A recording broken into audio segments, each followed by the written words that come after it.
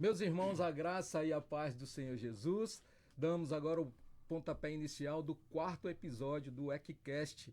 Esse o ECCast que comemora 50 anos de existência do Departamento de Homens da Primeira Igreja Evangélica Congregacional. Meu nome é Presbítero Marcos, estou aqui com Cledson, o qual vai estar dando também o seu olá já inicial.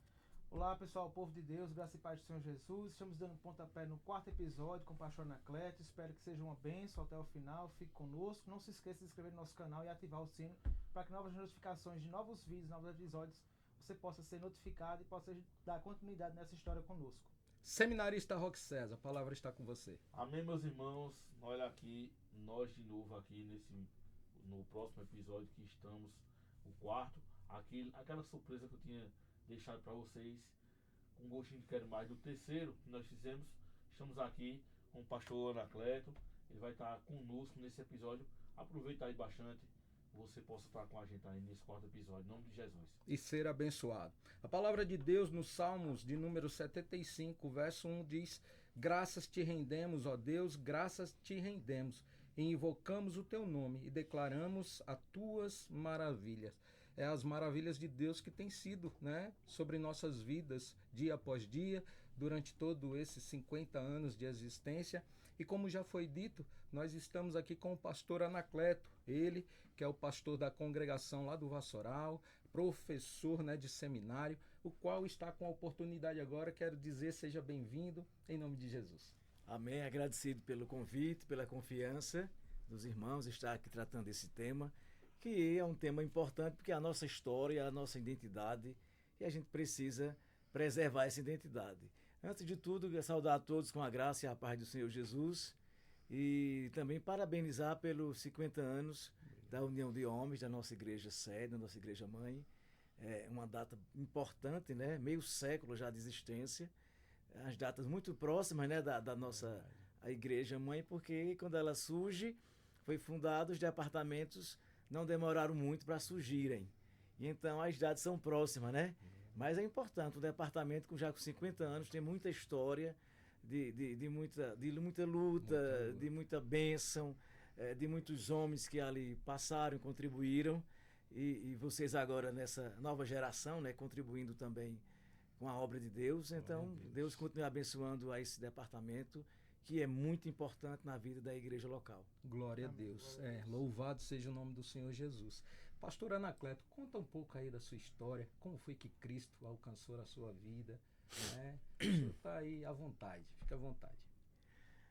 A minha história é longa, né? Claro que eu não vou contar ela toda aqui, né? Minha história começa no seguinte: nada na vida da gente, na história, né, da humanidade, a gente sabe que tem um Deus que está no controle de todas as coisas. A história está sendo feita por Deus. Claro que dentro dessa história também os homens estão participando. Deus tem utilizado de homens, de mulheres, né, nessa construção da vida, da humanidade. Mas ele é o escritor, é o autor dessa história, né? E está no controle da história e das nossas vidas em particular. Ainda muito jovem, eu comecei a conhecer o Evangelho, mas não foi fácil, porque na minha casa eu só não conheci pai. Eu conheci a minha mãe, que veio falecer quando eu ainda tinha 13 anos de idade. Então, antes dos 13 anos, eu já conheci o Evangelho, não na minha casa, porque minha mãe era espírita e católica ao mesmo tempo. A mãe era tão, assim, a coisa era tão misturada, que é tão comum isso na nossa cultura brasileira, que minha mãe, no domingo de manhã, ela colocava na vitrola lá um LP de uma missa que foi gravada ao vivo em Aparecida do Norte, em São Paulo, que é uma cidade muito católica, é um ponto turístico por causa da padroeira do Brasil, né, como assim eles dizem. E ela foi certa vez, essa viagem trouxe esse LP. Aí no domingo ela gostava de ouvir essa missa gravada ao vivo, mas logo após terminar a missa desse LP, gravado em LP ainda naquela época, ela colocava um outro LP que era música do candomblé. Então você percebe a mistura, né? Saía do catolicismo e imediatamente já vinha uma música de outra religião afro-brasileira, né? E então minha mãe frequentava essas duas religiões. Eu fui criado nesse ambiente. Na minha casa não tinha uma Bíblia. O único livro religioso que eu lembro era o Evangelho segundo Allan Kardec, né? Era um livro do espiritismo kardecista, apesar dela não ser kardecista, né? Ser do candomblé, minha mãe. E aí não tinha referência de cristianismo, só no sentido mais cultural, mais tradicional, porque você vai, de certa forma, você tem contato com pessoas que rezam, com pessoas que rezam terço. É muito comum porque isso é muito forte na nossa cultura. Eu comecei a estudar numa escola que na época tinha um vínculo muito próximo com o catolicismo, que era a escola Dom Vital, que ainda existe. Sim. Na época, os párocos eram muito presentes na vida daquela escola, né, que já foi chamada Escola Reunidas do Convento, e hoje se chama Escola Dom Vital já há muito tempo. Então, o padre, como um padre muito famoso aqui na cidade, já falecido, o padre Frei Tito, né, o Frei Tito, Frei André, eram os párocos daquela época, e tinha as missas a campal, eu participava, porque eu era aluno, e os alunos eram chamados para participar daquelas missas, que era fora da igreja, né, e às vezes dentro do templo. Então esse é o catolicismo que eu conheci, é o catolicismo tradicional, cultural, que a gente conhece. Minha mãe não era uma católica praticante, era católica também mais por tradição, né? E praticante era no espiritismo, porque ela ia toda semana e participava das cerimônias do candomblé. Então esse é um ambiente que eu fui criado ainda muito desde pequeno, mas eu gostava da igreja, apesar de não me considerar uma criança, adolescente católico. Eu tinha vontade de fazer, por exemplo, primeira comunhão, que eu ouvia falar, mas minha mãe nunca se interessou de me levar, eu tinha só a vontade e nunca cheguei a fazer, né? E nesse ambiente, né, eu fui criado. Minha mãe era uma comerciante autônoma, ela tinha bancos de sapatos na feira, eu vivia na feira juntamente com minha mãe, mesmo pequeno, eu ia todos os dias com ela, acompanhava, passava, por exemplo, amanhã, à tarde eu ia para a escola, né? E como minha mãe tinha banco na feira, tinha umas senhoras que tinham banco de confecções próximo do nosso banco de sapatos. E essas senhoras eram evangélicas, crentes, de uma igreja lá próximo da minha residência, onde eu morava na época. E eu gostava de ir ali no banco, de conversar com elas. E elas tinham uma estratégia que talvez elas nem soubessem de que aquilo foi estratégico para me alcançar para o Evangelho. Como eu disse que na minha Bíblia não tinha Bíblia, a Bíblia que eu tive contato foi a Bíblia dessas irmãs. Porque quando eu estava lá conversando coisas do dia a dia, ali da feira mesmo, eu ainda criança, para adolescência, elas mandavam eu ler trechos do Novo Testamento. Naquele Novo Testamento que os gideões, eles entregam. E ali eu li, eu pensava que eu estava fazendo um favor àquelas irmãs. Porque como eram mulheres que têm a idade de ser minha mãe, mais maduras, eu pensava assim, que elas não tinham uma leitura boa, o que não enxergava bem, né? Sim. E aí era um favor que eu fazia em ler aquele texto. Mas eu estava fazendo um favor a mim mesmo. Glória a Deus. Né? Eu estava lendo as escrituras. E cada vez que ela pedia que eu, durante esse tempo, né, ali convivendo com elas diariamente nos bancos vizinhos, na feira, foi o contato que eu tive com a escritura. Eu lia aquele Novo Testamento, eu lia também os Salmos, eu me lembro, lia para elas, mas eu estava lendo para mim. Sim. Eu estava recebendo o conhecimento da palavra e do Evangelho. E elas me evangelizavam. Elas me evangelizavam. Eram 3 irmãs biológicas e 3 irmãs na fé. Sim. Essas irmãs. Uma delas ainda é viva. E eu considero as 3 minhas mães na fé que me alcançaram para o Evangelho. Minha mãe não gostava muito desse contato. Às vezes eu chegava em casa, ela reclamava. Ela dizia assim, você só fica no banco daquelas crentes. Era assim que ela se expressava, né? E outras coisas para denegrir as irmãs. E ela tinha um ciúme e não gostava. Ela não gostava de crente. E ela reclamava. Até aí, eu não dava muito ouvido e não entendia muito o porquê disso, né? E continuava ali no banco vizinho, ouvindo e lendo a Bíblia para elas e lendo para mim. E sendo evangelizado. Isso me desperta assim, um desejo pelas escrituras. E sentei em casa as escrituras, sentei. Uma outra vez, uma dessas irmãs me convidou para ir ao culto, lá perto de casa, onde elas eram membros dessa igreja. E eu disse que ia. Isso era um domingo e eu esqueci do convite. Eu fui para o parque de diversão com os colegas, ainda crianças, adolescentes, que era quando ainda existia a festa do comércio, ali na Avenida Rio Branco, 15 de novembro. 7 de setembro. Né? E eu fui. Aí quando eu estou voltando, depois de brincar ali nos brinquedos, e voltei com uma pessoa amiga, né, da minha idade também, e eu me lembrei. Eu digo, a irmã me convidou para ir para a igreja. E aí, eu ainda fui. Sem saber que horário começou, se ia terminar o culto. Já era tarde, né? Não era cedo, não era o início do culto, com certeza. Aí essas menina que estava comigo me deixou na frente da igreja, viu que eu entrei na igreja e me sentei, eu procurei a irmã, eu sentei do lado dela, eu cheguei atrasado, né? E eu acho que muito atrasado. E não me entendia muito, é a primeira vez que eu entrei numa igreja evangélica, em um culto evangélico. E passado de algum tempo, eu saí, antes de terminar. Eu disse que ia embora.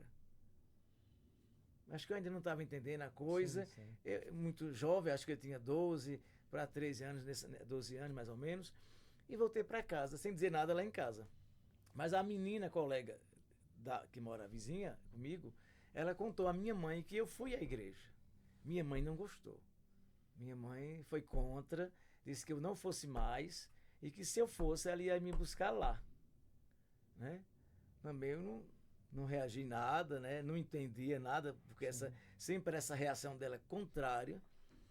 E eu acho que no máximo um ano, minha mãe veio a falecer. Ela faleceu num acidente de carro no dia 15 de outubro de 1984. 15 de outubro, que é dia do professor. E ela faleceu conjuntamente com minha irmã mais velha. Minha mãe tinha 40 e poucos anos e minha irmã mais velha tinha 28. E morreram as duas nesse mesmo acidente. Então, para mim, foi uma experiência terrível, porque eram as duas pessoas mais importantes da minha vida. Minha mãe e essa minha irmã. Eu tenho uma outra irmã, mas essa irmã mais velha, era a mais velha, né? E era minha madrinha, inclusive, da Igreja Católica. Eu tinha um apego muito grande por ela também. E então, foi duas perdas, assim, no mesmo dia. Foi muito ruim, eu sofri muito com isso. E mais um convite foi feito. Deus é bom. Isso nesse período. Essas irmãs me deram muita atenção, me acolheram nesse momento que eu perdi minha mãe com minha irmã. E me convidaram mais uma vez a ir à mesma igreja, num dia de domingo. 7 dias que minha mãe tinha falecido, tem a missa de 7 dias. Sim. Eu estava lá. Ela morreu no dia 15 de outubro, 7 dias depois. Ainda em outubro, né? Eu estava lá. Mas o convite foi feito após esse período dos 7 dias. E eu fui à igreja no dia 18 de novembro. Veja que foi no mês seguinte. Um mês praticamente. Entrou um conflito na cabeça, o senhor lembrando que ela dizia ao senhor, não vá, não vá. Não entrou conflito. Glória a Deus. Porque ela ainda viva, eu ganhei o Novo Testamento. Sim. Minha primeira Bíblia foi o Novo Testamento dos Gideões. Inclusive, eu já fui em uma reunião de Gideões dar esse testemunho. Né, que eles convidam quando você tem uma conversão que tem a ver com o trabalho deles. Então, foi um Novo Testamento daquele que eu comecei a ler em casa. Ela não proibiu que eu lesse. Sim. Mas foi minha primeira Bíblia, o Novo Testamento, e eu comecei a ler, e com desejo de ler, com ciúme daquele livrinho pequeno. Comecei a ler os Evangelhos. Comecei a fazer trabalho de religião na escola a partir do Novo Testamento, a partir dos Evangelhos. Tudo isso era Deus já trabalhando e me cercando, né, com a sua palavra. E então eu fui no dia 18 de novembro, dia 84, e nesse dia eu entreguei minha vida a Cristo. Glória a Deus. Aleluia. Na missa de 30 dias, eu já não fui mais. Minha irmã estranhou muito, essa irmã que ficou comigo, disse, como é que você não vai à missa de mamãe? Aí eu respondi para ela, lembro como hoje, ainda novinho ali, né? Gatinhando. Aí eu disse, mamãe não precisa mais de oração. A gente não ora por quem morre. A gente ora pelos vivos. Eu vou para a minha igreja. Foi a resposta que eu dei. Ela foi para a missa Sim. e eu fui para a igreja evangélica.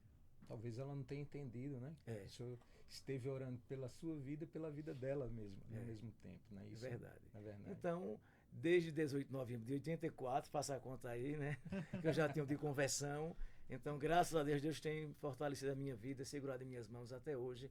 E com certeza vou preservar até o fim, porque é a promessa de Glória Deus a para Deus. todos Glória nós. a Glória a Né? Deus. Pastor, pegando aí essa sua fala inicialmente, na sua conversão, quando que começou o seu ministério, o seu ter o chamado para pastorear? Nessa igreja, eu me converti dia 18 de novembro, e no mês seguinte, dezembro, 25, um mês e pouco, eu já estava fazendo parte de uma peça de Natal. Era a mocidade, adolescentes que fizeram uma peça natalina e eu fui Herodes na peça. Então você percebe que eu já estava me envolvendo com atividades, E com ainda cantatas tão que novo, hoje tem, né? Tão recente. Eu acho que nessa peça, eu lembro de Céia, esposa de Mária, nossa irmã Céia, Sim. era dessa igreja também. Eu conheci Céia, pastor Vadelso. Eu e pastor Vadelso, nós fomos alunos de uma classe de adolescentes, né? E dessa classe de adolescentes, eu acho que daqueles adolescentes daquela turma, 5 a 6 hoje são pastores.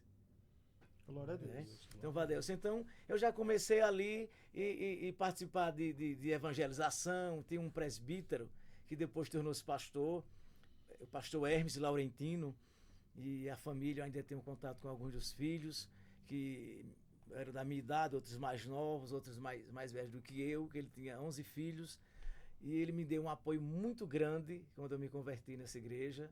Era o presbítero Hermes, que faleceu como pastor da igreja presbiteriana depois, e um homem de Deus que me apoiou muito, que passava lá em casa às 5 horas da manhã para ir para o culto matutino, para uma congregação que tinha no Salgado. Eu morava ali atrás do INSS, e a igreja era próxima, mas tinha uma congregação no Salgado. Ele passava para me levar com os filhos, alguns filhos, para a gente ir para a congregação, que uma vez na semana o culto era nessa congregação no Salgado. Então me apoiou muito, e muita gente, Deus levantou muita gente naquela igreja para me acolher. Eu estava chegando num momento muito difícil, né? E então, eu sempre fui uma pessoa que participei de eventos, de sair de Caruaru para Barra do Taquara, para o Alto do Moura a pé com esse grupo, para a gente evangelizar, sempre presente nos cultos. E nessa igreja mesmo, eu me destaquei, eu gostava sempre de ler, de estudar a Bíblia. Eu tinha um desejo grande, comprava livros e lia a Bíblia. Eu tinha essa busca sempre. E isso me levou a um destaque de conhecimento, e eu cheguei a ser professor de escola dominical nessa igreja onde eu me converti. Então, desde lá, eu sempre fui uma pessoa ativa, né? Nos departamentos, na escola bíblica, na direção de cultos. Quando eu fui crescendo, claro, que eu cheguei adolescente... No caso, o senhor é de base presbiteriana? Não, sou de base pentecostal. Pentecostal. A Igreja de Cristo Pentecostal no Brasil, na época, e hoje mudou. O nome é Igreja de Cristo Pentecostal Internacional, porque ela já existia em outros lugares. Aí acho que eles agora colocaram o Internacional, porque é uma denominação assim, muito centralizadora, o sistema, e eles têm outras igrejas fora do mundo, então, fora do Brasil, digo, aí é internacional. Essa igreja existe aqui em Caruaru há muito tempo, ali na Rua Visconde A1, o tempo está até fechado, né? É isso. Mas eles têm a sede lá em Taquara, por ali. Parece que tem projeto de reabrir ali o trabalho. Pastor, Sim, deixa eu... conclua aí, eu estou vá, falando fica à muito, eu vontade. acho, eu vou resumir. Então, eu passei nessa igreja 7 anos, né? E sempre na ativa, um desejo assim muito forte. A coisa é muito natural. Você vê quando alguém tem um chamado para a obra, é muito natural ele se vincular às atividades, aos trabalhos da igreja. Não é uma pessoa que fica sentada no banco, olhando quem está fazendo. Ele procura, ele se oferece, ele aproveita as oportunidades que tem para fazer alguma coisa. E eu tinha a vontade, aquele desejo de participar, através do meu trabalho, pessoas serem edificadas. E aí eu fui tendo oportunidade lá, mas depois eu tive contato com a doutrina congregacional, né? Era uma igreja pentecostal, dentro daquele aspecto pentecostal que todo mundo já conhece, tradicional, e aquilo me despertou, porque era a única igreja que eu conhecia, era essa. Então eu comecei a ter contato com outras igrejas e a nossa igreja, inclusive, né? Em Em 91, comecei a ter contato, antes um pouco, com a nossa igreja, em alguns cultos, e conhecendo pessoas, conhecendo a doutrina. E aí aquilo foi abrindo meus olhos, e eu percebi que algumas doutrinas da igreja que eu era membro, não tinha muita base aquilo ali, e eu fui sendo atraído pela doutrina congregacional, né? E em 91 eu me tornei membro da nossa igreja, a Igreja Congregacional Vale da Bênção Central. E nessa igreja também, quando eu chego, eu já vou participando de muitas coisas, da mocidade, do coral, de cantatas, de peça. Fui professor de escola dominical, fui superintendente da escola dominical, fui presidente de um departamento que teve lá chamado Guerreiros de Oração. Eu acho que não é da época de vocês, não é? Mas vai estar na história, né, pastor? Está na história. Então, aquela vontade, o culto de missões, aquele culto é muito importante na vida da igreja. É um culto que desperta pessoas, as mensagens missionárias, os testemunhos dos missionários no culto de missões. Aquilo me despertava e mexia muito comigo, e aquilo me atraía, é mais forte do que a gente. E a partir daí, no Vale da Bênção, cada vez mais ficando mais claro que eu não podia ficar num banco sentado, como de fato eu nunca fiquei, mas assumindo e me entregando para a obra, para ser um obreiro, um pastor. E aconteceu isso. Glória a Deus. O congregacionalismo, ele ardeu no seu coração, né, pastor? E por isso que hoje o senhor dá aula sobre isso, né? E, então vamos falar um pouco sobre esse congregacionalismo aí, que o senhor tanto entende, para que as pessoas conheçam, né, a nossa história. O congregacionalismo brasileiro. Sim. Porque a nossa história, eu gosto de acrescentar o nome brasileiro, porque a nossa história é uma história assim diferente dos outros congregacionalismos existentes. Claro, não estou dizendo com isso que não tem nada em comum, a gente tem. Nós escolhemos, eu digo nós no sentido histórico dos congregacionais, né? Há tempos atrás, escolheram essa tradição.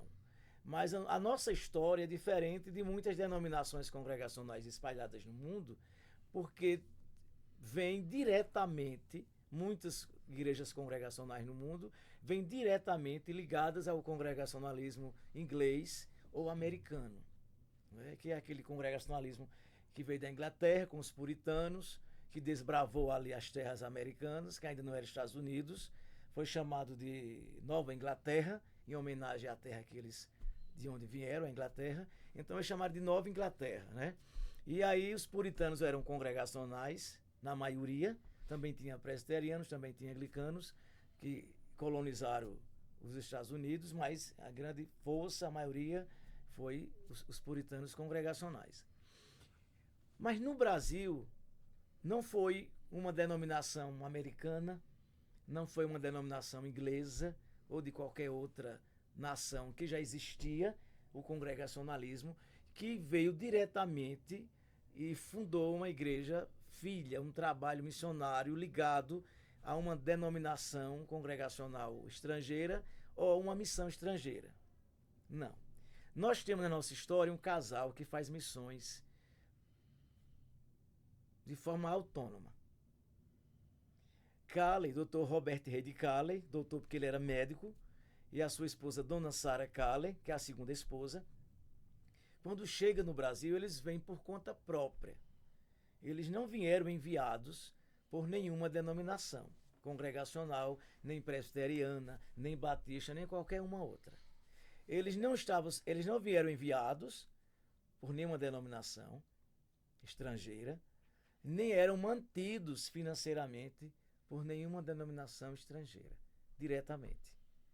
Então isso deixa bem claro que eles não tinham, que a missão deles aqui no Brasil não tinha vínculo com denominações estrangeiras. Calley, antes de chegar no Brasil, ele é missionário na Ilha da Madeira, uma ilha em Portugal, muito famosa, muito bonita, né? A geografia da ilha é belíssima. E a primeira esposa de Robert Calley era uma mulher doente dos pulmões. E tinha uma ideia, tinha uma fama, que a Ilha da Madeira tinha um clima que era muito salubre, muito saudável para quem tinha esse problema com essa enfermidade.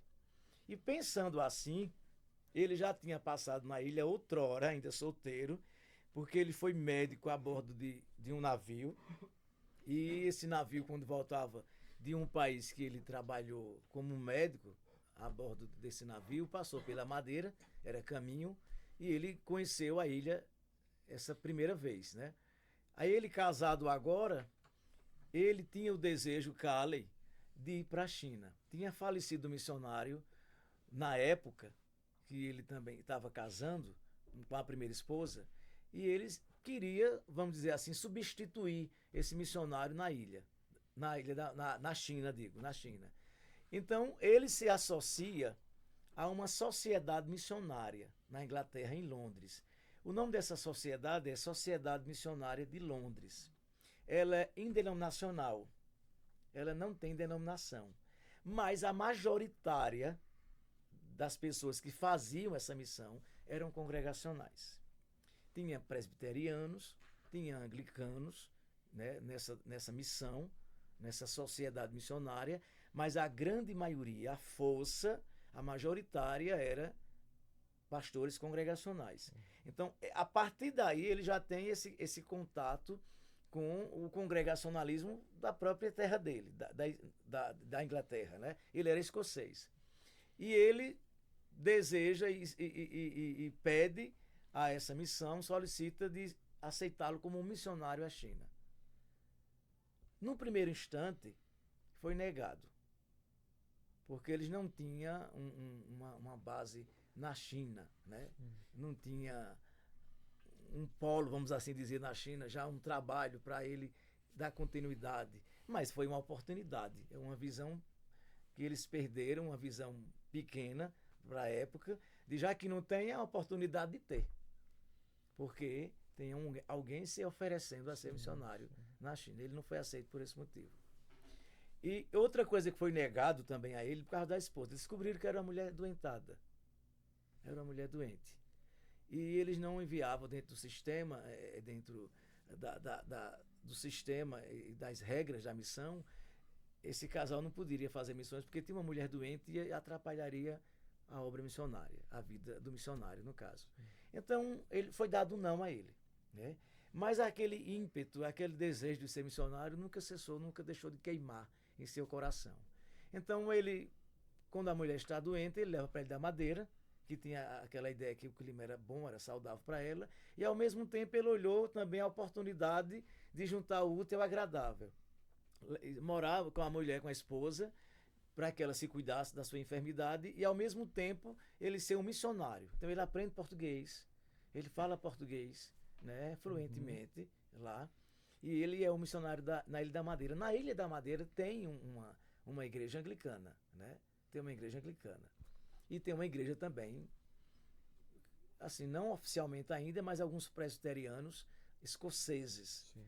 Ele assiste um culto quando ele chega na Ilha da Madeira, na igreja anglicana, mas Calley era muito informal e não gostava muito daquela formalidade, daquela liturgia da igreja anglicana, que até os dias de hoje é assim, é uma característica deles. Então ele começa a reunir pessoas na sua casa, na casa de outras pessoas, os cultos domésticos, ele começa a ser com esse trabalho simples, num culto, numa residência, onde se lê a Bíblia, onde se prega a Bíblia, onde se canta e onde se ora. Simplesmente assim. E a partir desse trabalho modesto, né, e simples, com esses elementos do culto, né, e a evangelização, a visitação aos lares, às pessoas, o evangelho começa a ser proclamado por ele na Ilha da Madeira. Ele também abre ali, vamos dizer assim, um pequeno hospital. Um pequeno hospital. E ele vai tratar, porque a ilha tinha muita gente humilde, muita gente sem analfabeta, né? A grande maioria era analfabetos, né? E sem muito cuidado naquela época, século XIX, isso 1836 mais ou menos, ele está chegando na ilha. E quando ele atende os pacientes, ele não cobra. Os pacientes pobres, ele não cobra.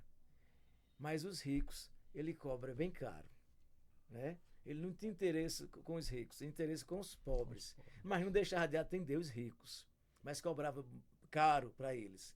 E os madeirenses mais pobres, não cobrava nada. Quando passava uma receita, né?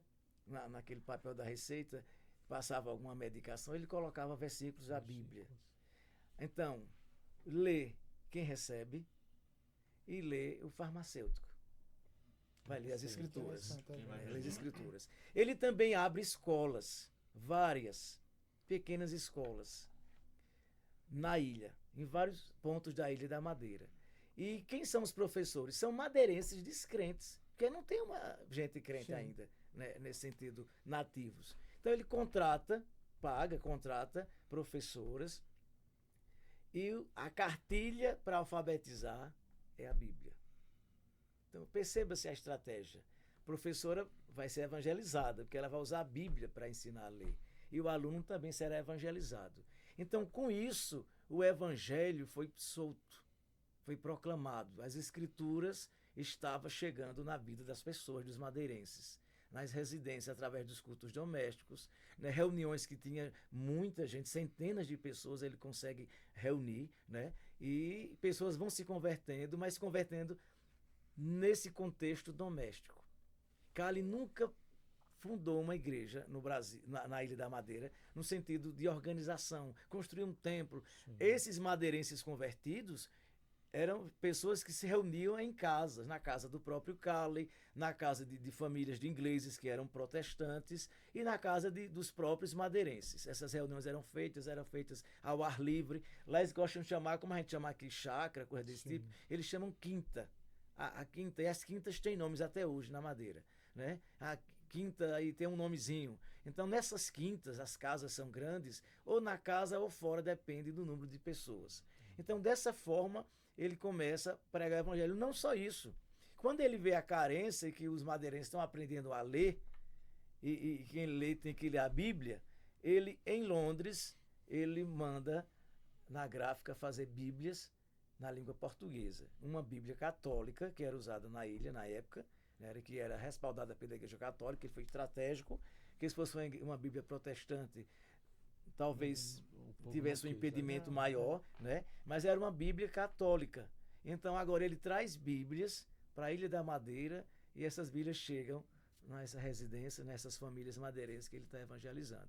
E a partir disso, o evangelho é proclamado, é expandido na ilha e muitas famílias são convertidas ao evangelho. Glória a Deus. Quando ele desembarca aqui no Brasil, pastor?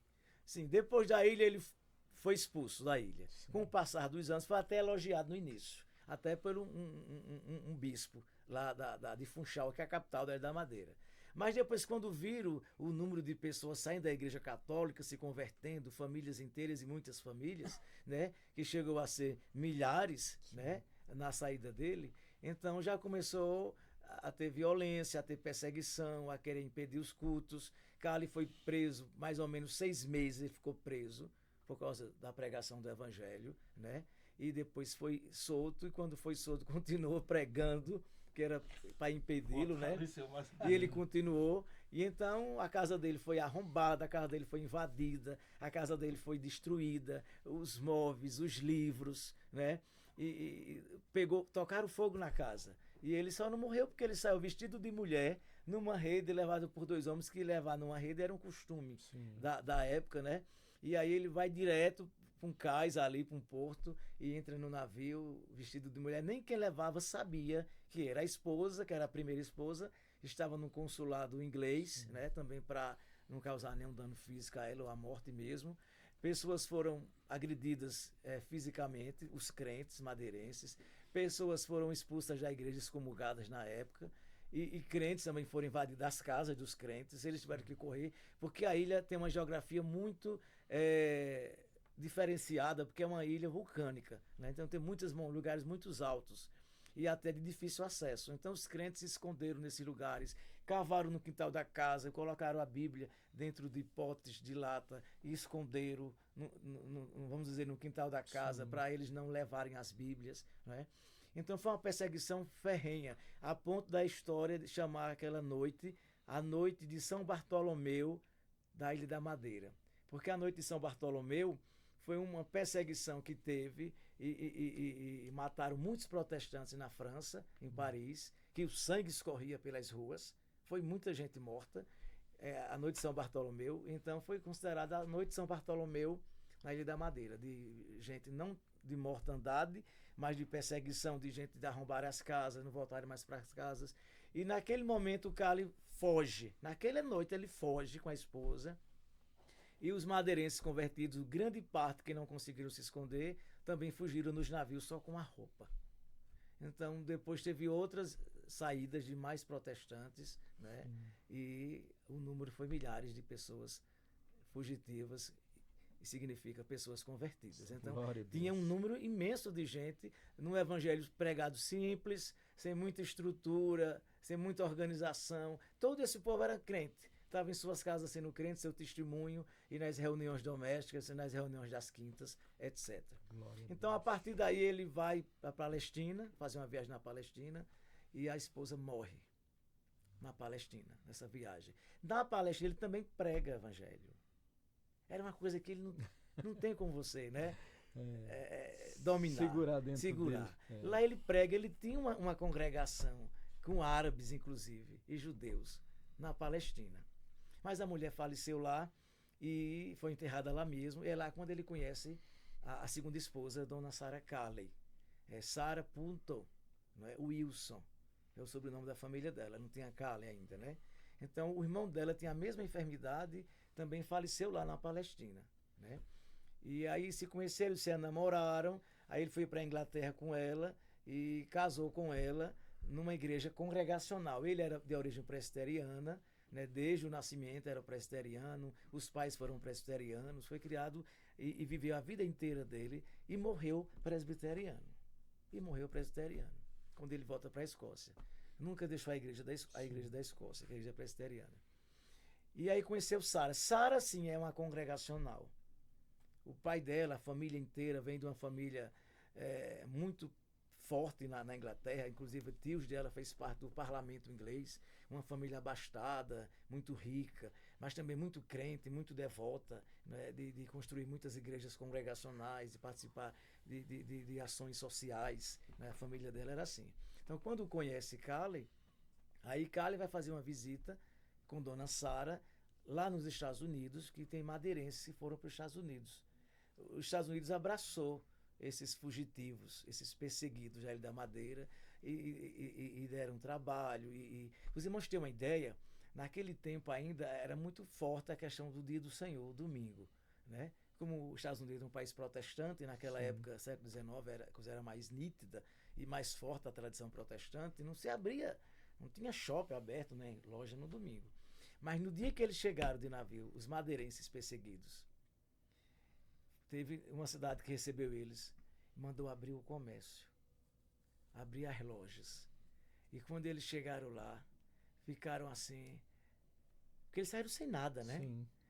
Ficaram abismados com a recepção, com o acolhimento. Disseram, entre nas lojas e pegue o que vocês quiserem, de graça. Eita, glória. Tá vendo? Né? Então foram acolhidos, e aí inclusive tem uma igreja até hoje, nos Estados Unidos, duas igrejas que é fruto do trabalho de Calley, desses madeirenses que foram para os Estados Unidos. Então Calley vai visitar esses irmãos madeirenses, fruto do trabalho dele, pregar, dar um apoio, visitar, ir lá na igreja e fica um tempo lá nos Estados Unidos. Tem contato com os congregacionais de lá, que na época tinha um congregacional muito assim, com uma teologia liberal. Uma teologia liberal, na época isso já existia, né? E ser congregacional naquele momento era complicado, porque teve muito liberalismo teológico no meio congregacional, não em todo o meio, mas em boa parte. Mas Calley tem contato com pastores congregacionais, pastoreia suas ovelhas da Ilha da Madeira ali, e ali mesmo nos Estados Unidos, ele faz uma oração a Deus. E o desejo dele é pregar onde tem necessidade do evangelho e onde fale português. Nesse íntere dessa oração, desse desejo, ele tem contato com um livro de um missionário metodista que esteve no Brasil. O nome do livro é Reminiscências de Viagens ao Brasil. Existe esse livro em português. Eu tenho, inclusive, os 2 volumes. Esse missionário veio só trazer Bíblia. Ele trabalhava para a Sociedade Bíblica Estrangeira E a ideia era evangelizar, mas na verdade eram tipo colportores, vendedores de livros. Então era distribuir Bíblia no Brasil. Passou um tempo, a mulher morreu e voltou. Então nesse livro ele fala do Brasil, fala da condição espiritual e outras questões culturais. E fala das Bíblias que foram distribuídas, da carência desse país tão grande do Evangelho. Então veja, Deus respondeu a ele através do livro. Quando ele tem contato com o livro e lê o livro, então ele diz, é para aí que eu vou, para o Brasil. Aí ele chega no Brasil no dia 15 de maio de 1855. Isso é a chegada, ele foi aluno meu. 15 de maio de 1855. Chega onde? Na capital, no Rio de Janeiro. Fica num hotel hospedado por conta própria, com o dinheiro dele. Você vê, hoje não é fácil isso. Você dizer assim, como é da sua esposa? Andréa. Marcos, né? É. Irmão Marcos. Andréa, o nome dela. E você é Marcos, né? Isso então, mesmo. Marcos e André, a minha também é André, coincidência, a minha esposa. Então, Marcos e André, faça a mala e vamos com o dinheiro que a gente não tem, no nosso caso. É verdade. Ele era abastado, ele herdou da mãe, do pai, sim, é. riquezas, fortunas, dinheiro. Verdade. Ele aplicava dinheiro, era um cara muito inteligente, ganhou muito dinheiro também como médico, né? Sim. Que ele clinicou muito tempo antes de ser missionário. E aí, mas é o dinheiro dele. Não tem uma igreja patrocinando, não foi uma igreja que enviou. Foi ele que decidiu, juntamente com a esposa, com o dinheiro que ele tinha, com os bens que ele tinha, falava português. Então vamos para o Brasil. Você pegar um navio, sair da Inglaterra e vir para o Rio de Janeiro. No século XIX, né? Muito difícil o Rio, muito quente, para eles que vêm do lugar frio. Fica no hotel. Sara vem de uma família muito rica e estava desconfortável naquele hotel, que era o Hotel Faroux, um hotel que durou muito tempo no Rio, né? E ele não existe mais, hoje é um outro prédio que tem de lugar lá no centro, mas na época era o Hotel Faroux, eles ficam hospedados, não tem ar-condicionado, é claro, naquela época, né? Nem ventilador, porque não tem energia, e sujo e fedorento, porque os escravos na época jogavam as latrinas do pessoal ali, beira-mar, algum lugar ali próximo, aquele mau cheiro vinha. Então quase que era abortada a missão, porque Saras quase que volta para a Escócia. Então ele chega nessa data, mas aí ele consegue uma casa, alugar uma casa. A casa que ele aluga é em Petrópolis, no Rio de Janeiro, que é uma cidade serrana, que fica próximo da capital, mas o clima é totalmente outro. Eu já estive lá, é totalmente outro. Você sai, você sobe, sai do Rio, chega em Petrópolis, parece que está chegando em outro lugar, na Europa, né? Tanto em questão de arquitetura, né? De geografia, de arquitetura, como o clima é totalmente diferente da capital. Então ele aluga uma casa, que não é uma casa qualquer, né? Um dia a gente vai ter tempo, vou passar para vocês essa casa, ainda existe. Essa casa lá onde ele morou era a casa de um cônsul americano, então não era qualquer casa, né? Então o casal aluga essa casa, eles têm empregados, eles têm jardineiro, eles vêm dessa cultura e tinham condição de ter. Mas nessa casa é onde se começa no dia 18 de agosto de 1855, Petrópolis. Nessa casa, a primeira escola bíblica dominical. Glória a Deus. Então essa é a data do congregacionalismo no Brasil, 18 de agosto de 1855, a primeira escola bíblica dominical que dará início à primeira igreja evangélica em língua portuguesa no Brasil, a Igreja Evangélica Fluminense, na capital, no Rio de Janeiro. A igreja não é fundada em Petrópolis. Em Petrópolis é fundada a escola bíblica, a primeira do Brasil. E aí, em 1858, é quando ele batiza o primeiro brasileiro, que a igreja já tinha estrangeiros. Mas com o batismo do primeiro brasileiro, ele considera 1858 como uma organização da primeira igreja evangélica fluminense. Não tem nome congregacional. Sim. A igreja evangélica de tal lugar. Igreja evangélica fluminense, igreja evangélica em Passa Três, igreja evangélica de Niterói. O nome que se dá, ele dá à igreja evangélica. Ele mesmo diz na história que a igreja que ele fundou é uma igreja que não tem vínculo, não tinha vínculo na época com nenhuma entidade estrangeira. É uma igreja genuinamente brasileira. Que inclusive, pastor, era uma das perguntas que eu tinha separado aqui. Já que o senhor entra nesse assunto, que bom a gente poder estar ouvindo um material gostoso desse.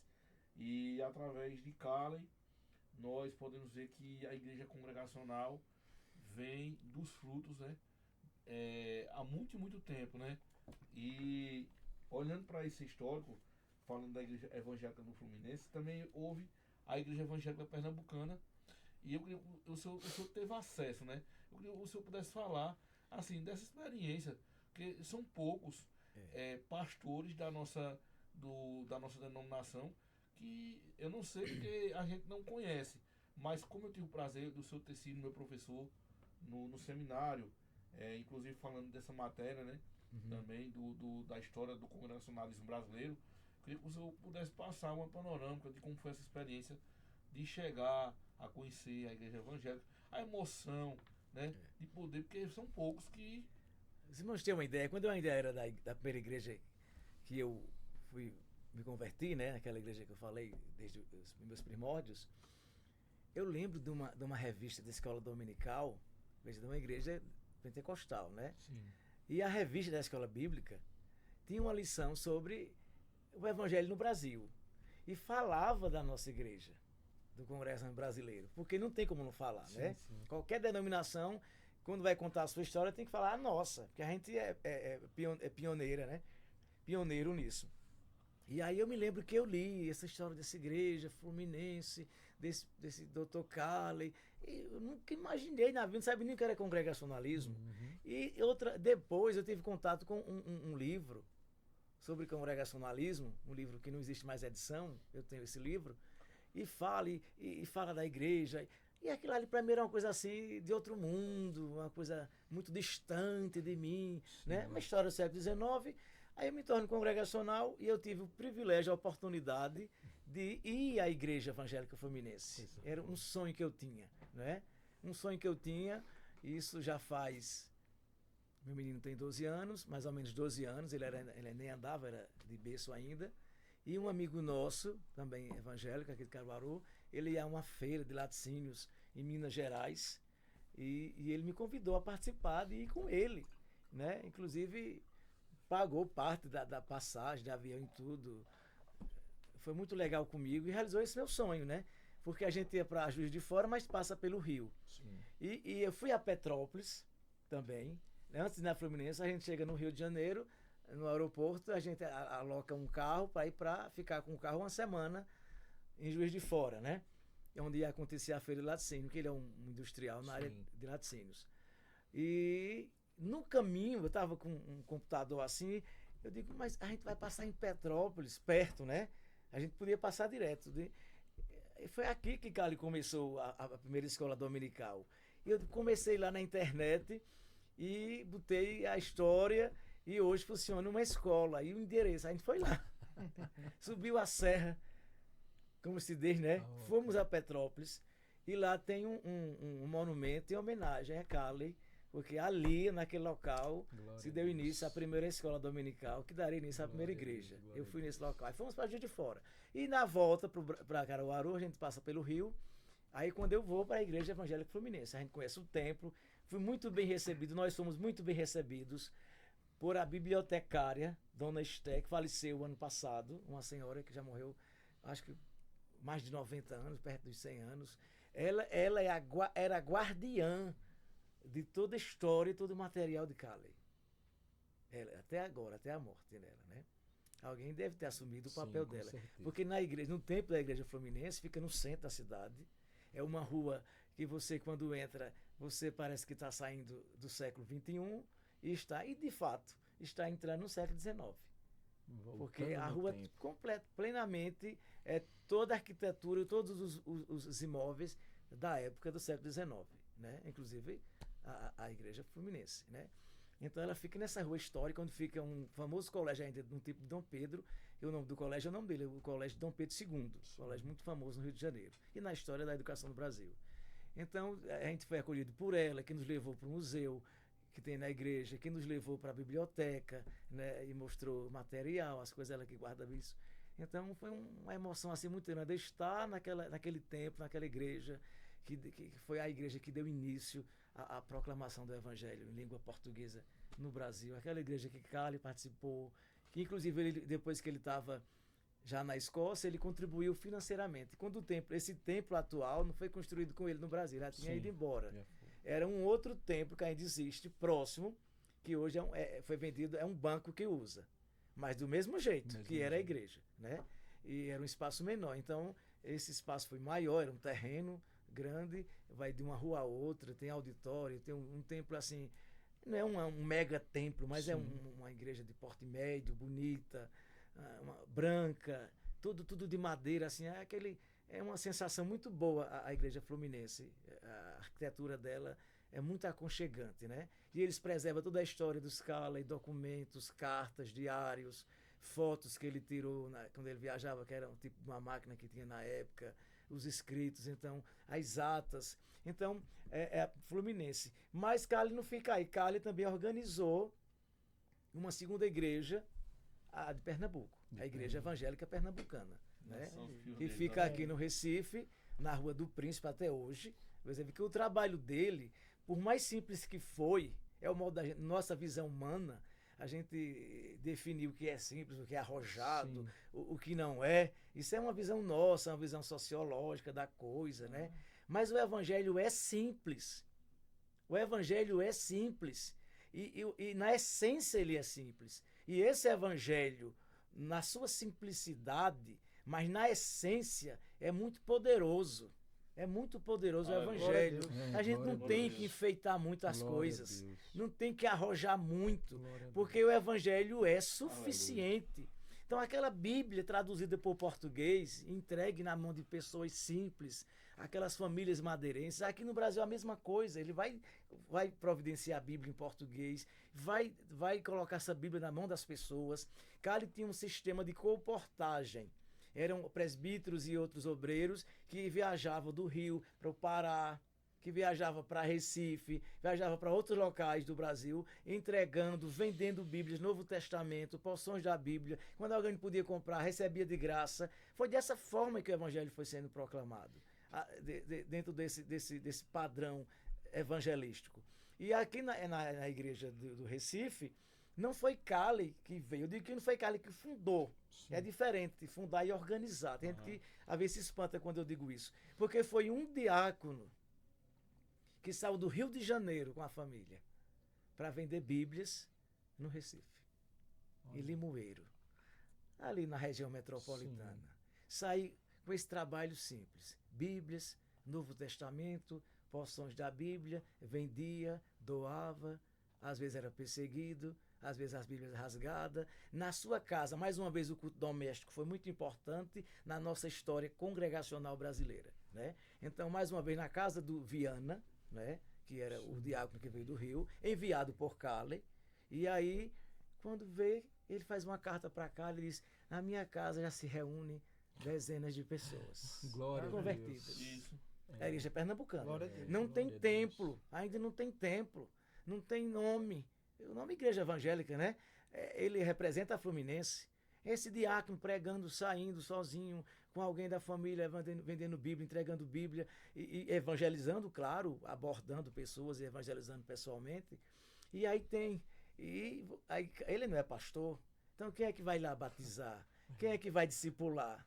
Dr. Calley sai do Rio, vem com a esposa, já é Dona Sara Calley, e ali passa praticamente um mês discipulando. Tinha casais que não eram casados, no civil, casaram, tudo como a gente faz hoje, tudo muito organizado, discipula.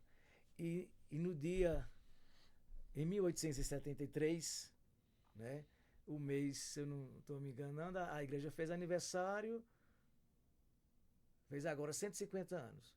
150 anos. Mas o ano é 1873. Ele organiza a primeira igreja evangélica no Nordeste. Não é a primeira só de Pernambuco, é a primeira do Nordeste organizada.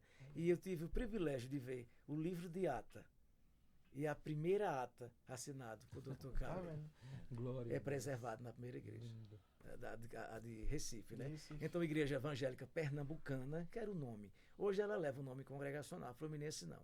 O nome congregacional, ele só foi usado oficialmente mais de 50 anos depois.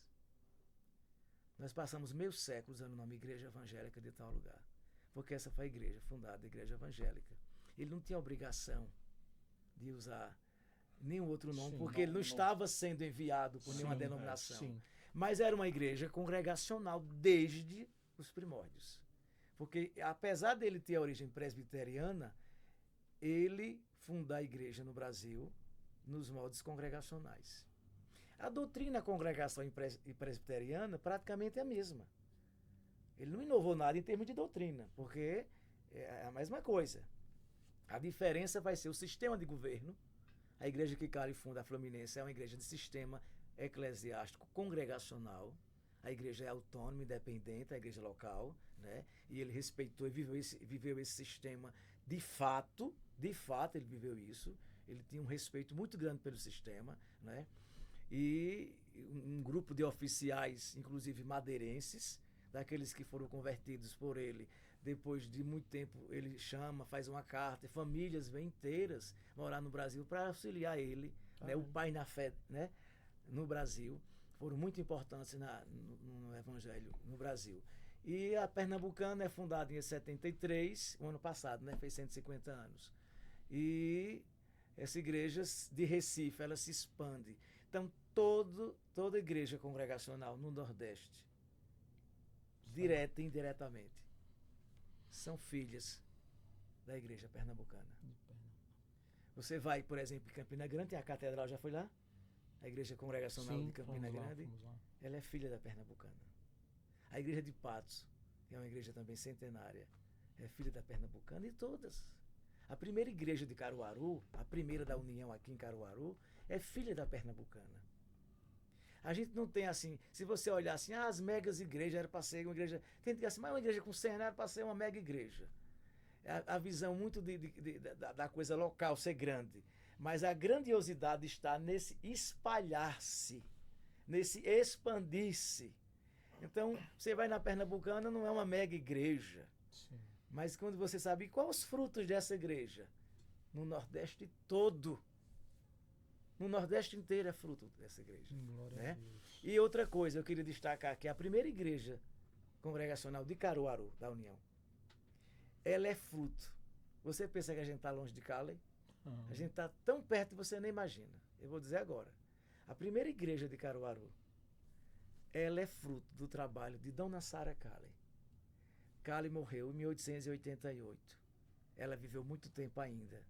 O missionário que veio a Caruaru foi enviado por ela. Foi enviado por ela. Coisa linda, né? Porque Dona Sara Cali, depois da morte do marido, criou uma missão chamada Help for Brasil, que significa auxílio ao Brasil. Não era mandar dinheiro, era mandar missionários. E um dos missionários enviado por ela foi o Kingston, que veio a Caruaru. Eita. Pregou, plantou uma igreja que existe também até hoje. O pastor, e inclusive, eu até fiz uma logomarca assim que o Santo gostou, deixei ela pro senhor, né? Uhum. Lá na época do seminário. Houve uma perseguição falando sobre essa questão quando os primeiros crentes, né? Que foram declarados aqui em Caruaru, perseguição, né? Alguns que aceitaram a Jesus, que andavam na rua de gravatas, que eram pegos com a Bíblia, o pessoal sofria muito com isso ainda, né? Nos primórdios teve perseguição. Inclusive esse missionário inglês, né, escocês também, digo, que ele veio através da igreja pernambucana, porque ele vem para Recife e sabe que Caruaru não tinha crente, não tinha um trabalho, então ele da Pernambucana, Recife, vamos dizer, é a sede, né, e começa a pregar aqui. Quando ele começa a pregar, ele aluga casas residenciais. Sim. Quando descobrem os proprietários que a casa é um crente, uma nova seita, eles pedem a casa de volta. Então ele passou isso várias vezes, alugar uma casa, e quando descobre que pedir a casa de volta, até que a missão compra uma casa própria, né, para ser. Ele chegou, inclusive, a ser perseguido num culto de uma dessas casas, foi apedrejado e sangrou, e fugiu pelos fundos para não morrer. E incentivo do pároco, que eu não lembro o nome agora, do padre da época, aqui em Caruaru, né? Então, os cultos eram acabados dessa forma, alguns deles, e dessa última vez foi assim, violentamente. Querendo ou não, muito violentaram próximo, fisicamente. Né, ali da igreja do Rosário. Exatamente. Né, pastor? E aí ele volta para Recife e, de certa forma, ele deixa Caruaru de lado. Depois ele retorna e começa de novo, que é onde compra a casa. Aí ninguém vai expulsar mais ele porque a casa é própria. Então, Caruaru foi em 1898 que se funda o primeiro trabalho evangélico e congregacional.